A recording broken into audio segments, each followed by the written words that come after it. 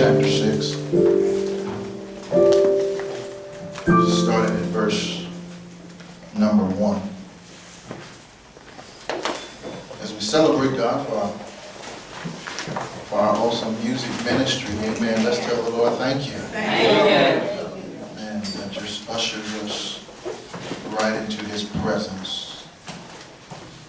We want to, as well as you look and find these scriptures, that we would honor God for those cancer survivors. All right. And if you will, allow me to transition that vernacular from survivor to cancer thrivers. All right.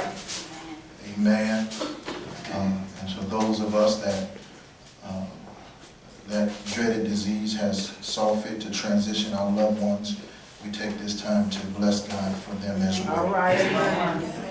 This is a good day. Yes, it is. Amen. It's a good day. John chapter 6, verse 1.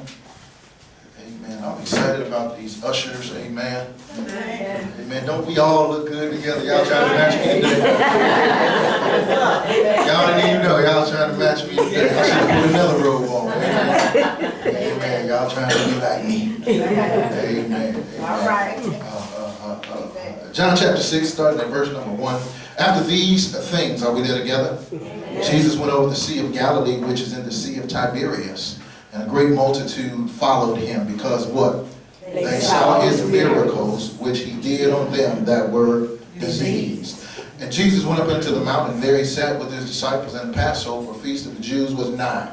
And when Jesus then lifted up his eyes and saw a great company come unto him, he said unto Philip, whence shall we buy bread that these may eat? And this he said to prove him, for he himself knew what he would do. Philip answered him, 200 pennies worth of bread is not sufficient. Somebody say, not sufficient. Not sufficient. For them, that every one of them may take a little. One of his disciples, Andrew, Simon Peter's brother, said unto him, there is a lad here, which hath 5 barley loaves and 2 small fish, but what are they amongst so many? And Jesus said, make the men sit down. Now there was much grass in the place, so the men sat down in number about 5,000. And Jesus took the loaves, and when he had given thanks, he distributed to the disciples, and the disciples to them that were set down, and likewise as the fish they would have as they would. When they were filled, somebody shout filled. He said unto his disciple, gather up the fragments that remain, that nothing be lost. Therefore they gathered them together and filled 12 baskets with the fragments of the 5 barley loaves, which remained over. Somebody shout over and above. Unto them that had eaten. Verse 14. Then those men, when they had seen the miracles that Jesus did, said, this is of truth, that the prophet that should come into the world. You may be seated in the presence of the Lord. We'd like to tag this text for the moments that we have. Put it in his hand. Amen. Tell your neighbor, say neighbor. The preacher's going to preach about. Put it in his hand. We greet you with divine love this morning, and grateful for the privilege to share with you once again on another Sunday morning. But as we share and try to deduce this relative word into your hearts, the story is told here about Jesus and his disciples. This scene pictured here is the gospel writings according to John. This scene would be or seem impossible in the eyes of man, but God is merely an opportunity to display his awesome power. See if I can run over that again. The reality of it is this picture here in this particular text would be out of the realm of man's understanding, but with God, all things are possible. Why do you say that, Pastor Phillips? I say that simply because God takes every opportunity to showcase his ability to overcome any situation without exception. I said God takes every opportunity to showcase his own ability without exception. And so let me put it in your lap so that you can go on and understand what I'm saying simply is there's nothing too hard for God. I mean, there's nothing nothing too hard for God. Every situation that comes your way is literally God's opportunity to show you how bad he is. And I wish I had some fair folks that had to put some things in the hands of God, and when you put it in his hands, you really didn't think he could do it. You wanted him to do it, but somehow or another you said, God, this is a big one. This right here is a little bit much, but I'm going to trust you enough to put it in your hands. And when you put it in your hand, in his hands, he somehow or another, beyond your own understanding, he made it work out for your good. You need to give your neighbor a high five and say, he's good like that. I said, he's good like that. There is nowhere in their area to find or buy some food. They hungry. I feel like preaching a little bit there. I said they hungry. They've been listening to Jesus preach all day, following him around in crowds, and now they hungry. If I had time, I'd put it like this. Some folk can't stay in church 20 minutes and hear the preacher, but they follow Jesus all day long, and now they are hungry. Jesus sends the disciples out in the crowd and tells them, hey, we got to feed these people. Philip responds and simply says, Jesus, wherefore can we find or buy food for these many people? We ain't got enough money, we ain't even got enough resources, and we got too many of them to feed. Y'all do know the Bible, don't you? Y'all do know the Bible. And in this text that we read today, you have a situation, those of you that are taking notes, number one, a situation that's overwhelming. Anybody ever had a situation overwhelming? I mean, it looked bad, looked dark, looked bleak. You didn't know how you were going to make it through. It could have been sickness. It could have been the fact that your money was funny and your change was strange. You could have had some situations that were overwhelming. I mean, your children have been out there bad for a long time. Talk to me. I'm talking about situation overwhelming. I'm talking about you got more month than you got money. Situation overwhelming. I'm talking about you working 2 jobs and still can't make ends meet. I'm talking about a situation overwhelming. I'm talking about loved one on a sick bed. Talk back to me if you can.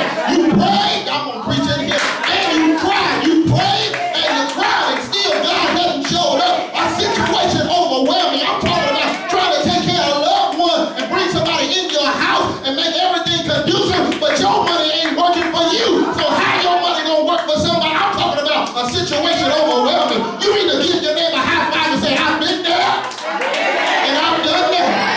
But somehow or another want the Lord. That's holler number one. Work it out.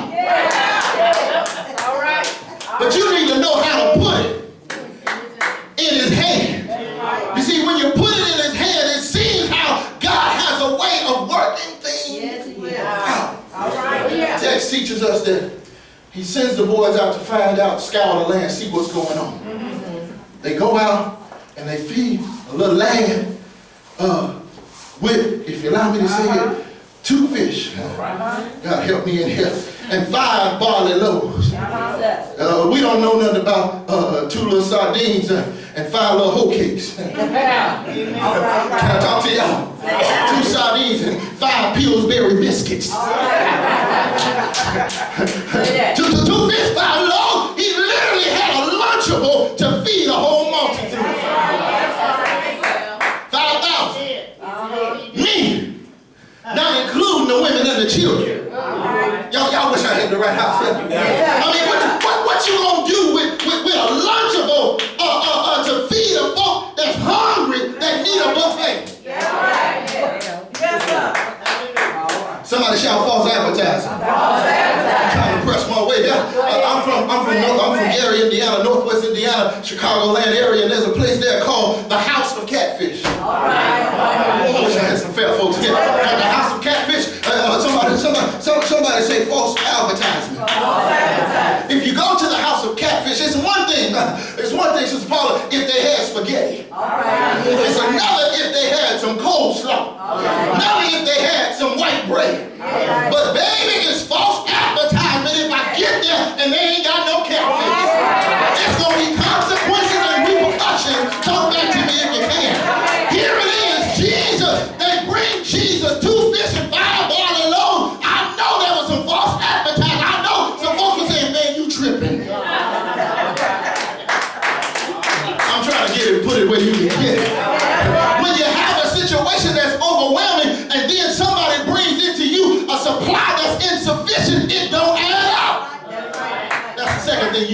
I brought it in. 2 fish and 5 barley loaves, 5,000. You got a supply that's insufficient. All right. Anybody been there where you just didn't have enough? Anybody know how it feels to almost have enough rent? My Lord. You done borrowed it? Come on, talk back to me if you can. Some money to help pay your rent, and then you go there with them and tell them, say, I ain't got it all. Can I put something on it? I thought I had a real church. I mean, you go to the gas station. Come on, talk to me, mother. Go to the gas station, pull up there, barely made it, and know you only got $5. Can you just put 5 on it? I really want to fill up, but I ain't got a whole lot to fill up. I just need a little bit to get me where I'm going. And then, come on, talk back to me, somebody. You need a full tank, but all you can do is put 5. I got it.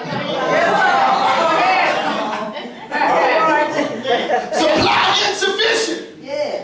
Wish I had time to really deal with it. Supply insufficient. Supply insufficient. Well, yes, sir. Bills, money. Yeah. All right. It's a big story. Yes, Lord.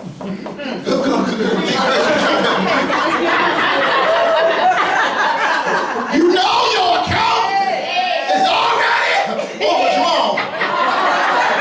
You done stopped your direct deposit because your account is already overdrawn. You know your check's supposed to hit that account, but you know you're already overdrawn, but you got some more bills. Come back to me, somebody. Tell them that stop. All right. Amen. Let me stick to my notes because I keep preaching too long.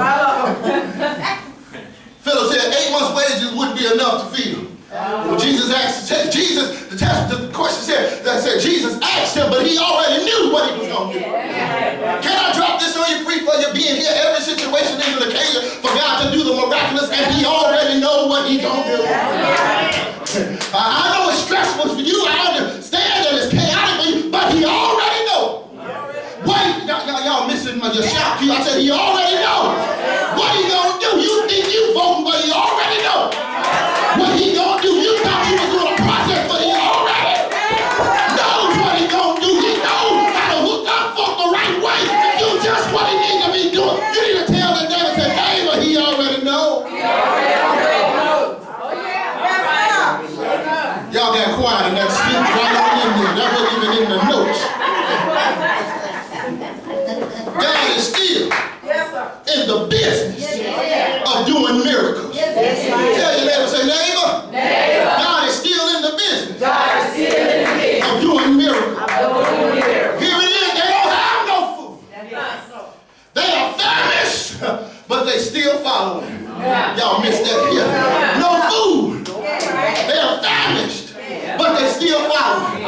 No food. Famished, but they still following. I wish I had somebody that knew how it could be that even though things is crazy, even though things are chaotic, I'll still be at church. I'll still serve the Lord. Busted and disgusted, I'm going to stay on the battlefield for my Lord. You need to lean over and tell your neighbor, say, neighbor, stop worrying about what you don't have and use what you got left. God help me up in here. There are some folk that wish they had more than what they got, but baby, you got to use what you got left. God, I felt your Shekinah right there. You got to use what you got left. How do you get that out of the text? Pastor Philip, I get that out of the text because they say he got 2 fish and 5 barley loaves. You don't know what he started out with because Mama could have made him a big old lunch. And if he was like me, he didn't wait until lunchtime to eat. He started stacking early. All right. When they took it, baby, I sure feel it. When they took it out of the lad's hand and put it in the disciples' hand. Oh, God help me, it was still 2 fish and 5. God help me in here. Barley loaves. I said then they took it from the disciples' hand. It was still